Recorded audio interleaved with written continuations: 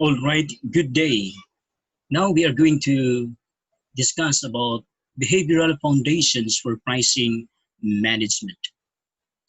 Our objectives for this study will be first, to understand how people form perceptions of product or service quality, sacrifice, and value.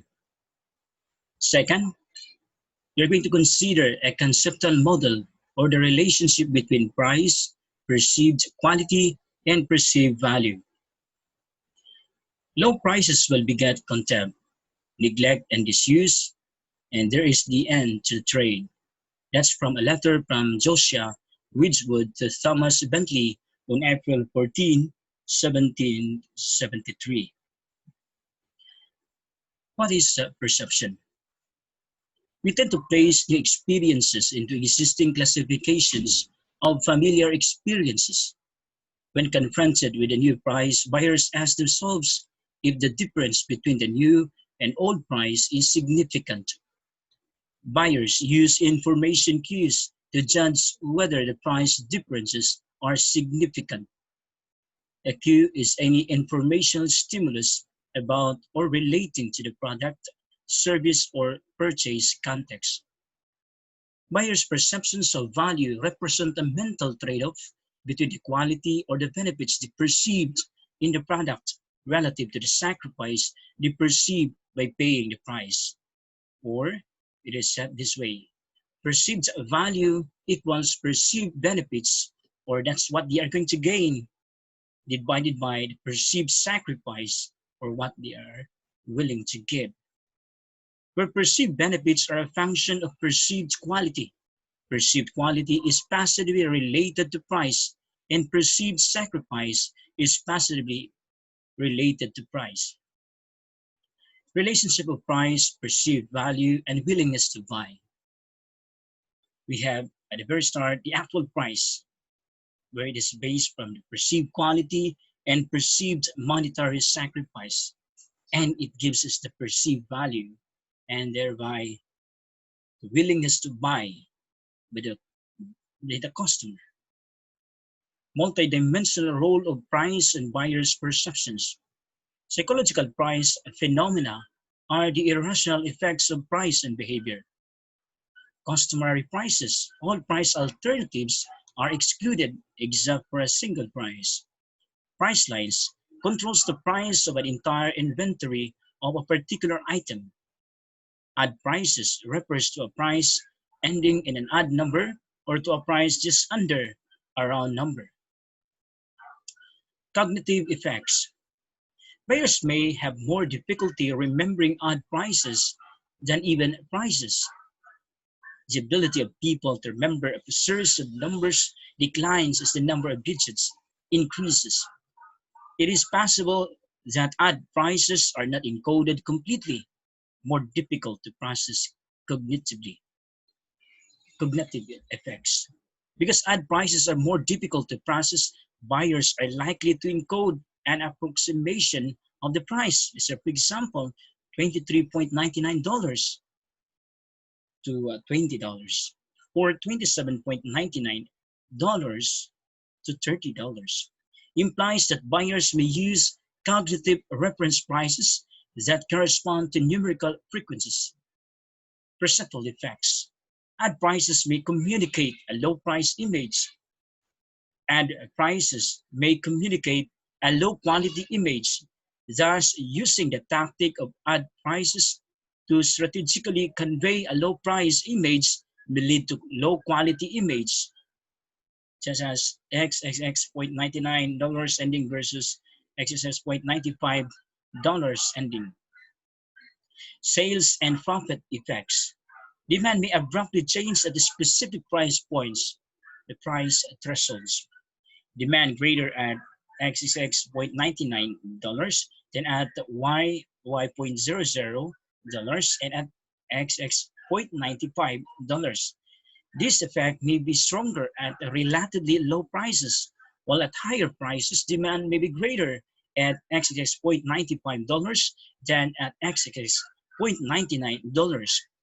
The positive image effect of even prices may be greater than the bargain effect of an ad price. Sales and profit effects. A price just below a round price may be effective when it serves as a cue to buyers who are uncertain about whether a specific price is a bargain. If there is a price-conscious segment and a quality-conscious segment, there may be multiple irregularities in demand. Sales and profit effects can be illustrated this way. We have price in the x-axis and unit sales in the y-axis. And here it looks Psychophysics of Price. Weber's law suggests that small, equally perceptible changes in response correspond to proportional changes in the stimulus. And we have it here. Weber-Fechner law relates to two pricing errors. One is not recognizing the relationship between perceived value and price, and second, not distinguishing between absolute price and relative price. And this is how it looks. Numerical cognition processes, number transcoding and calculation process, calculating numerical differences between prices, determining unit prices, adding surcharges or tip amount to figure total cost. Numerical cognition processes, quantification or enumeration process, that's more about numerosity. Counting, subitizing process of enumeration, where there are fewer than 4 items, and we have also estimation. Numerical cognition processes, approximation and processing of quantities.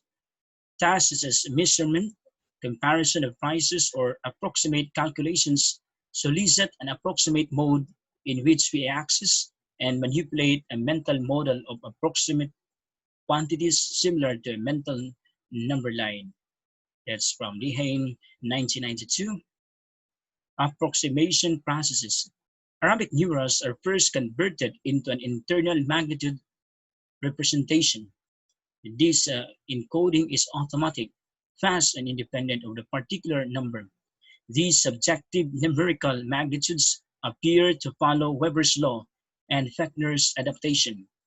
Digits are not compared at a symbolical level, but are initially recoded and compared as quantities.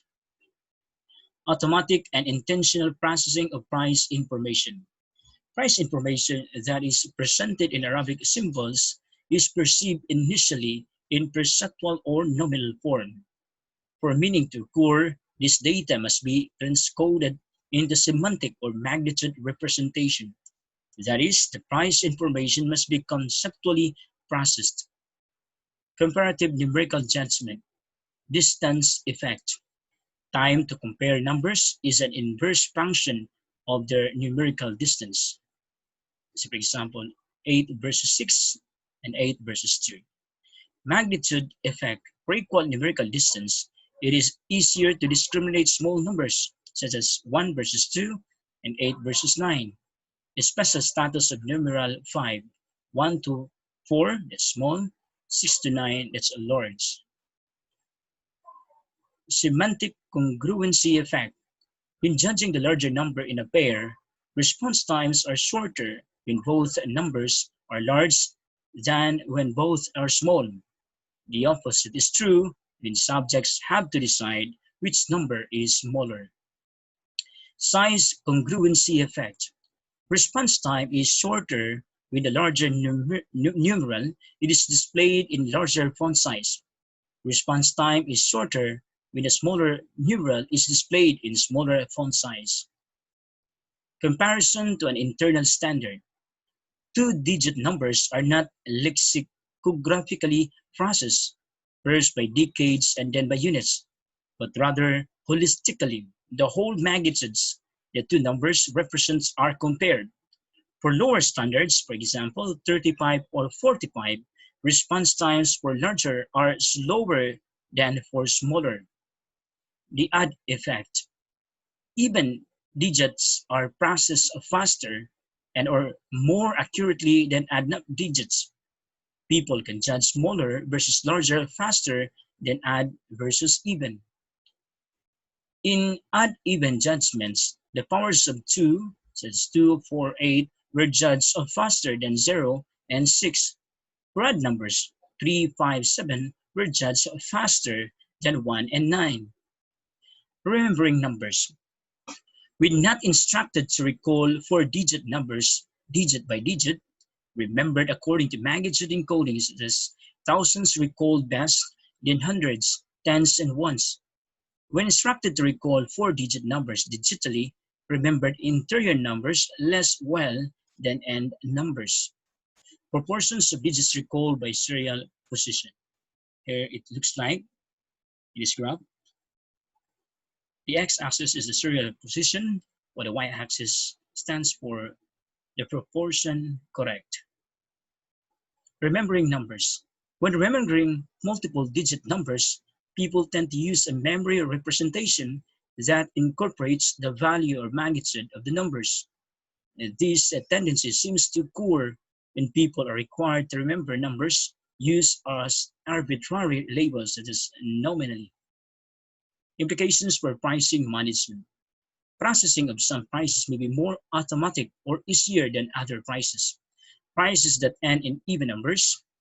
Price comparisons in the lower price range, such as smaller numbers involving fewer digits.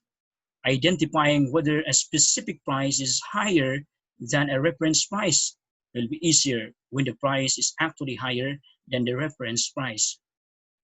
Price awareness refers to the ability of buyers to recall prices paid.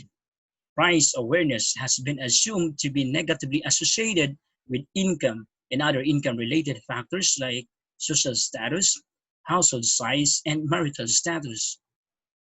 Buyers do not consciously attend to price information when considering or making purchase decisions.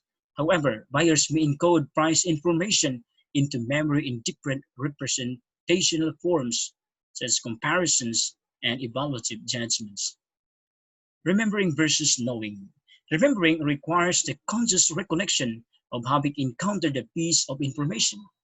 Remembering judgments demonstrate explicit memory. Knowing, on the other hand, involves a sense of familiarity towards a previously encountered item. Knowing judgments demonstrate implicit memory. Explicit versus implicit memory.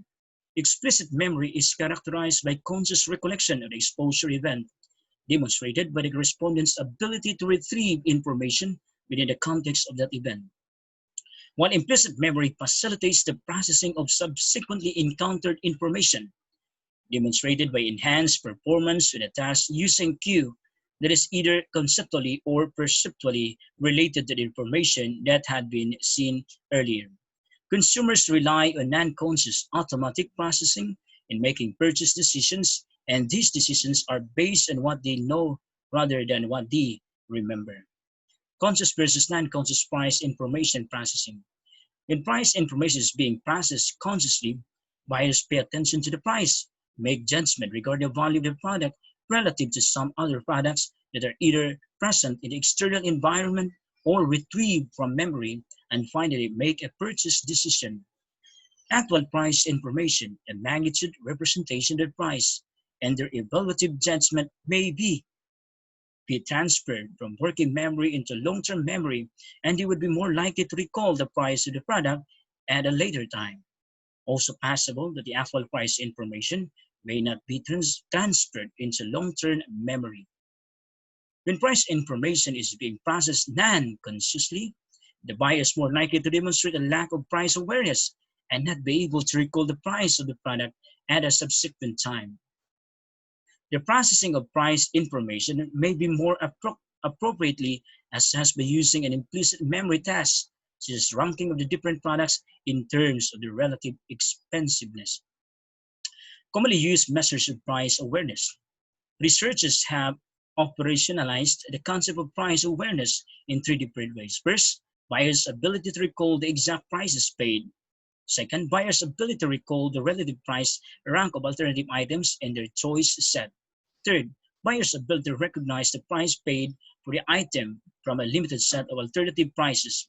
Researchers have attempted to measure price awareness using a recall memory test and have judged recall accuracy either in terms of exact recall or the absolute difference between recalled price and the correct price expressed as a percentage of the correct price.